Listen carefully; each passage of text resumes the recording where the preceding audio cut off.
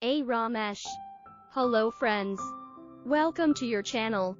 Today, I want to teach you how to make a delicious pizza that you can enjoy. First, cut two sausages into pieces and fry them in oil. Fry these for 3 minutes. Then cut 10 to 15 mushrooms into pieces and fry the mushrooms until the mushrooms are drained.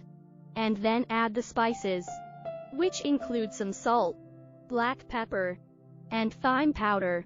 To the contents. We add fish to the pan and let them fry for a few minutes. Here are the ingredients for our pizza prepared with a glass of flour and a glass of yogurt, which we mix together to get a uniform dough that does not need to rest.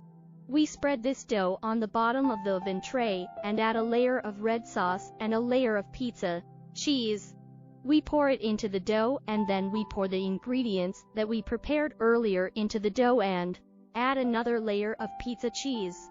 Our pizza is ready. We put the oven tray in the oven at 180 degrees for 30 minutes until our pizza is cooked. We take our pizza out of the oven and design it and eat it at the dining table.